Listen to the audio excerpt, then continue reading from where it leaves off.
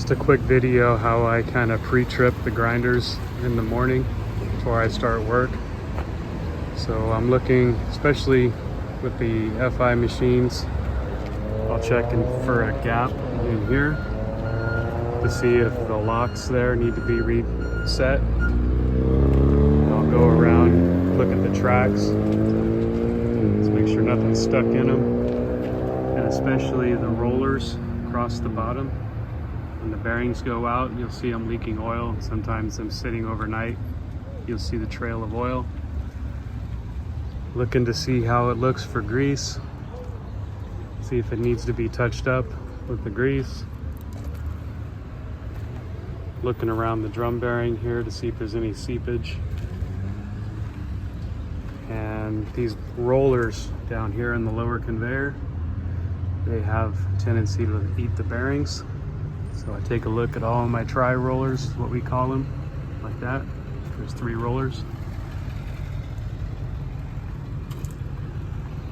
Just taking a look at everything, looking at my belts. Can look at the lower belt, see if I see any streaks in it where it's been getting chewed up by something stuck in it. I can see right here, by the way this is wearing, that it's had some material stuck in it before. Look at all my hydraulic hoses where they go into the track motors. A lot of times you'll spot your hydraulic leaks first thing in the morning. Just taking a look at this, making sure these aren't leaking. Come across here, look at my rollers on the other side. Looking for any seepage here on the planetaries. No oil in there. It's a traffic loop, so you get cut out later. And I did find a hydraulic leak up under here. You can see the puddle on the ground. It was one of these quick connects in here needed to be unplugged and replugged. That seemed to stop the leak.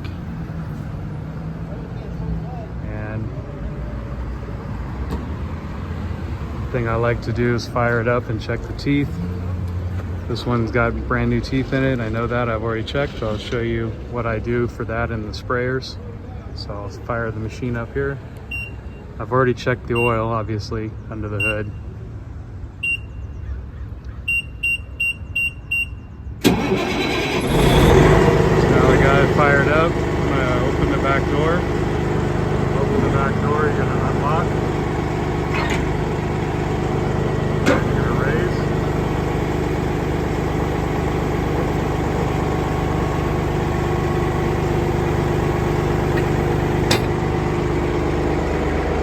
All the teeth. See, I got a brand new set of teeth in here. Nothing stuck in the drum from the previous job. And then I like to check my water sprayers in the morning.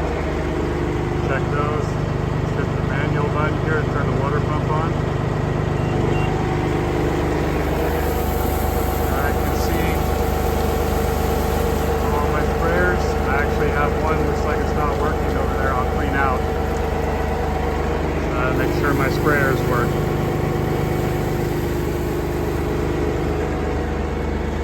So knowing that's all okay, now what I'll do is I'll fire it up, or shut it down I should say. I close the door.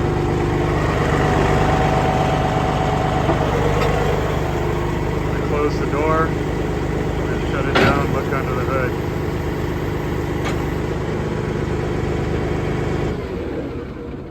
Like I said, I've already looked under the hood and checked the oil, but I'll show you where to do that.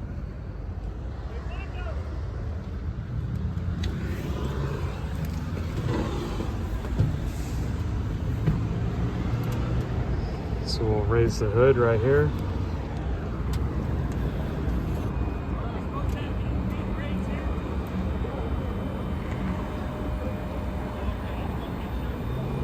That pretty cat motor.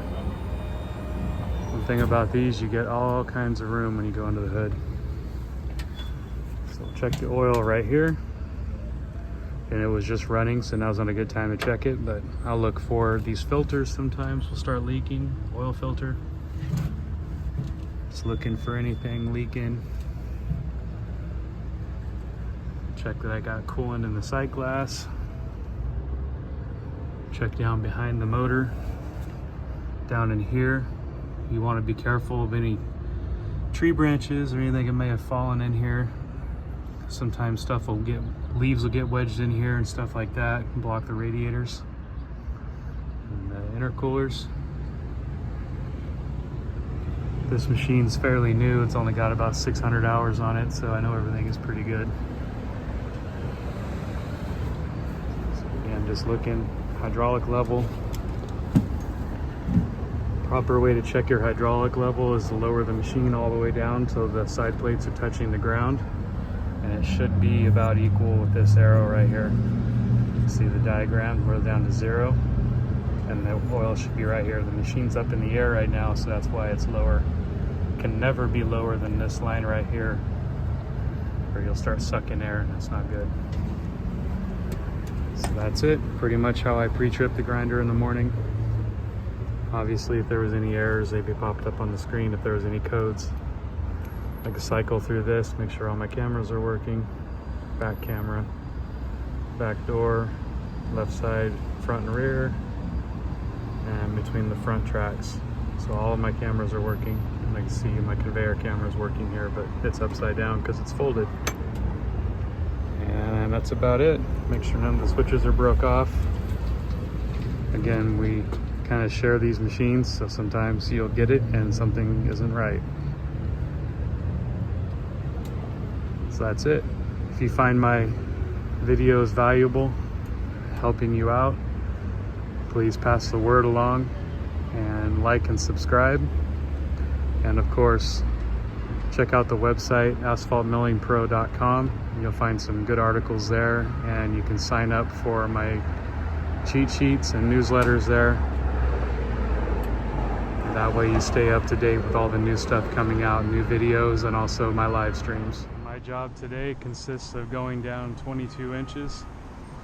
They're gonna have me remove all this area first, just the asphalt. They're gonna use an excavator to pull everything out so they have access to their yard. And then I'm gonna move over here where these orange lines are painted over in this area. And I'm gonna do it in 3 steps. So they want to take the asphalt out first, down to the base rock. Once we get the asphalt down to the base rock, then we're going to take the base rock out. And then once that's done, if we need to go down further, we're going to take the dirt. So we got these orange lines outlining my area right here up to the bridge deck. And then I'm going to jump the bridge deck. And I have a 16-foot wide area all the way down to the next stoplight that they want to also take down 22 inches. So I'll film this as I go, and all these steps, until we get down to our final depth, 22 inches. Looks like I got some steel plates here, so gotta watch out for those. And I think I'm only working inside these orange lines right here.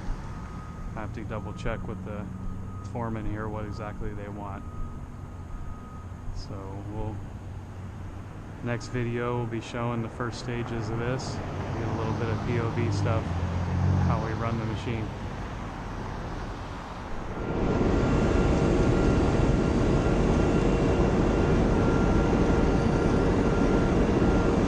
The asphalt 7.2. Taking the asphalt first, then the base.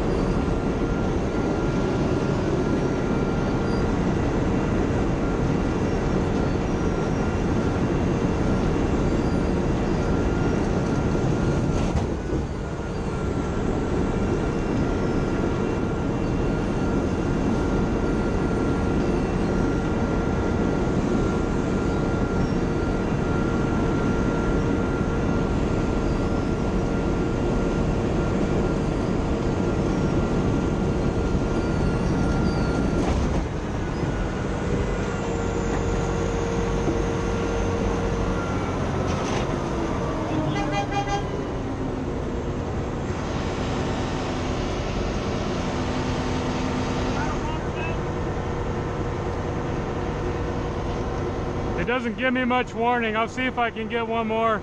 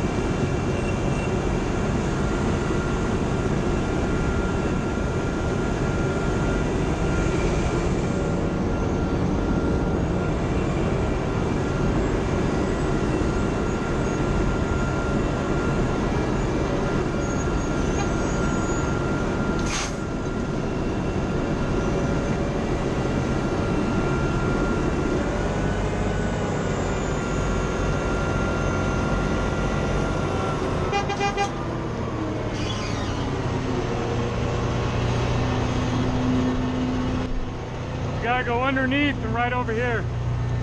I don't know if it'll reach from here. You might have to back up. We'll see.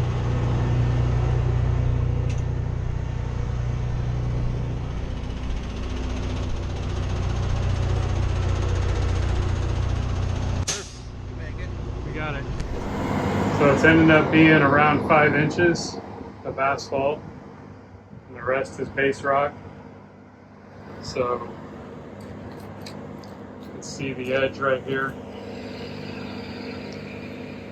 Might be able to see that on the camera. Trying to get under it about an inch so it grinds a little easier on the teeth. So after we get this, next 2 passes out to the line here, then we'll go in and take out the base rock down to the dirt because their base rock section isn't deep enough, so they have to off-haul the rock, and then they're going to bring the rock back in again once they excavate the dirt and add more rock so they get a deep enough section. So this base rock is clean, so they're going to save it and reuse it. So next step, taking out the rock.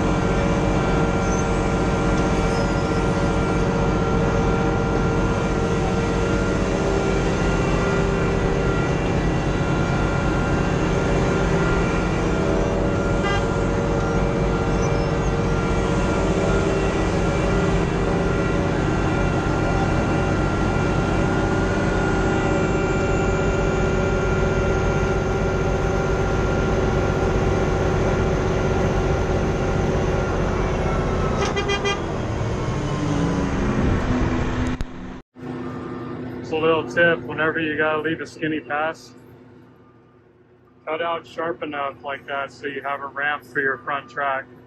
That way you don't have to crawl up on the edge sideways.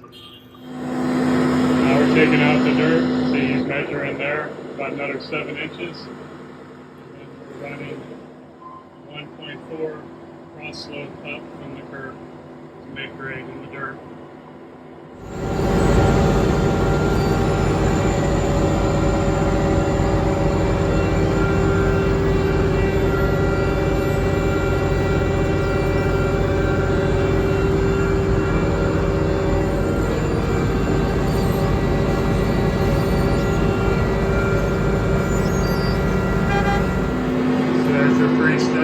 Asphalt, base rock, then dirt. Now what's going on is the blade is making a windrow for me so I can pick it up.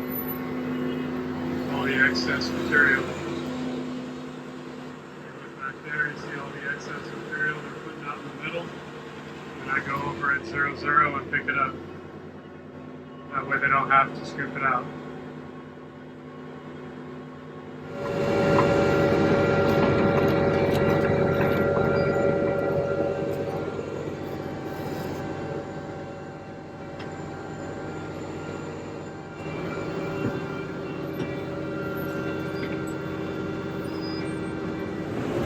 There's our hole, 22 inches.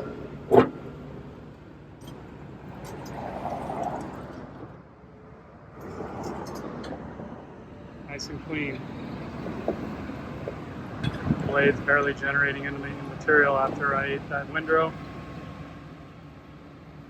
That's something you do every day with an asphalt mill. All right, now time to clean up.